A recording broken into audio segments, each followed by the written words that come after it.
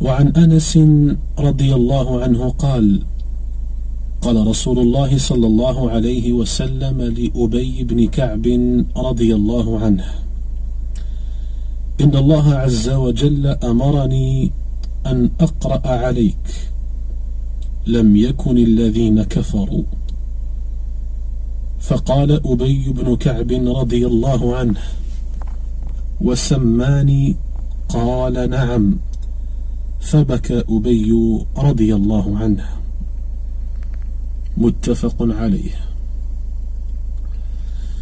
وعنه رضي الله عنه قال: قال أبو بكر لعمر رضي الله عنهما بعد وفاة رسول الله صلى الله عليه وسلم: انطلق بنا إلى أم أيمن رضي الله عنها نزورها كما كان رسول الله صلى الله عليه وسلم يزورها. فلما انتهيا إليها بكت، فقال لها: ما يبكيك؟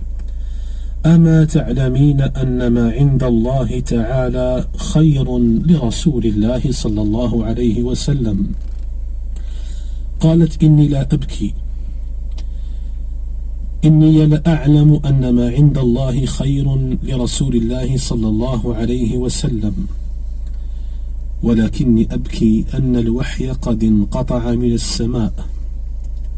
فهيجتهما رضي الله عنهما على البكاء، فجعل يبكيان معها.